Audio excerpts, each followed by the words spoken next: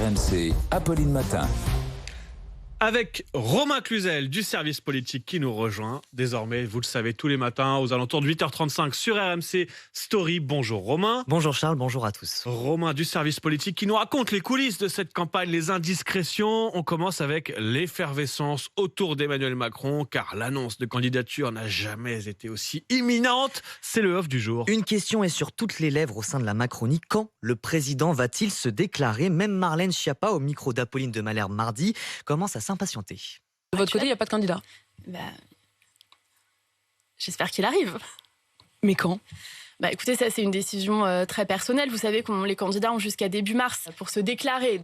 Une fenêtre de tir semble tout de même se dégager la semaine prochaine, juste avant le salon de l'agriculture. Ce serait sa première sortie de candidat sur un thème parfait, la ruralité, juge un de ses conseillers. Preuve que le président cogite. Le week-end dernier, il a consulté à grands coups de SMS plusieurs élus et conseillers. Et lundi prochain, la majorité présidentielle convoque un grand bureau exécutif avec tous les membres de la maison commune. Bref, ça s'agite en Macronie, mais un membre de la garde rapprochée du président temporise. Si la crise en Ukraine n'est pas derrière nous, Emmanuel Macron pourrait patienter encore un peu jusqu'à début mars. Celui qui vous dit que tout est ficelé et décidé, c'est un mytho de l'espace, renchérit un autre proche du président. Mytho de l'espace, là on la garde. Et puis cette campagne va être express et elle se fera en mode solo. On a souvent parlé du président qui prend ses décisions seul. Eh bien tous s'accordent à dire que le candidat fera exactement la même chose, à tel point que la forme de son annonce de candidature ou les déplacements de sa campagne ne sont pas encore fixés. Un conseiller proche résume, on propose toutes les options possibles et ensuite il choisira des grands débats, des meetings, rien n'est officiellement arbitré. Un maire proche du président utilise lui la métaphore culinaire. Macron applique la méthode du fait-tout. Il met ses ingrédients et là, il va porter à ébullition.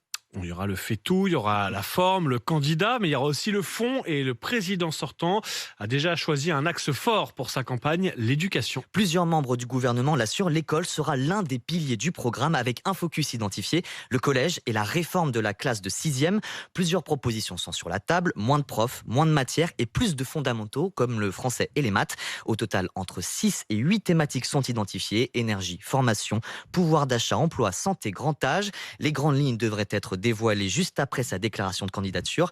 Mais selon un conseiller de l'exécutif, les mesures plus précises seront arbitrées très tard, à la fin mars. Voilà pour le dossier président-candidat Emmanuel Macron. Passons à Éric Zemmour qui verrait bien Marion Maréchal devenir sa première ministre. Bien sûr que ce serait envisageable. C'est pas moi qui le dis, c'est le candidat lui-même au magazine Elle. Une phrase loin d'être anodine alors que toute l'équipe de Reconquête espère voir Marion Maréchal les rejoindre. Hier soir sur le plateau de C'est à vous, Éric Zemmour a quand même mis un peu d'eau dans son vin. On a mal interprété ma réponse. Les journalistes de Elle m'ont demandé « Est-ce que vous verriez une femme à Matignon ?» Je dis « Évidemment, pourquoi pas ?» On me dit « Marion Maréchal ». Je réponds « Pourquoi pas ?» Ça devient « Marion Maréchal sera le Premier ministre d'Éric Zemmour ». Un de ses porte-parole est encore plus prudent avec nous au téléphone hier. Pour que la question se pose, il faut avoir gagné le 24 avril. Il y aura beaucoup de changements d'ici le second tour. Il ne désavoue en rien Marion, mais ce n'est pas un appel du pied, insiste ce cadre de la campagne. Et puis à gauche, ce sont les Insoumis qui ont enregistré un soutien surprenant. Oui, c'était hier soir sur BFM TV. Aujourd'hui, c'est évident que le vote utile à gauche, c'est le vote Mélenchon, puisque c'est lui qui est professionnellement, qui fait la meilleure campagne, qui est structuré, qui est cultivé, qui a l'expérience d'une campagne présidentielle, qui sait prendre des coups. C'est lui le plus solide.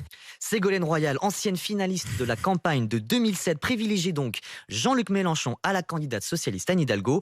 C'est le signe de la dynamique de notre campagne, se félicite un proche de l'Insoumis. L'idée que Jean-Luc Mélenchon est le seul candidat à gauche capable de l'emporter s'installe peu à peu, ajoute-t-il visiblement très satisfait. Hier sur Twitter, Jean-Luc Mélenchon a même remercié Ségolène Royal. Il précise tout de même « Je sais que son soutien n'est pas un ralliement. Au moins Ségolène Royal aura eu la bravitude de prendre position. » Bravitude, je l'ai. 2007, ça ne nous rajeunit pas. Jean-Luc Mélenchon, tiens, on le retrouve ce soir pour l'émission La France dans les yeux, 21h sur BFM TV, rediffusion dans la nuit sur RMC à la radio. Et puis tout de suite sur RMC Story, ce sont les meilleurs moments d'Apolline Matin.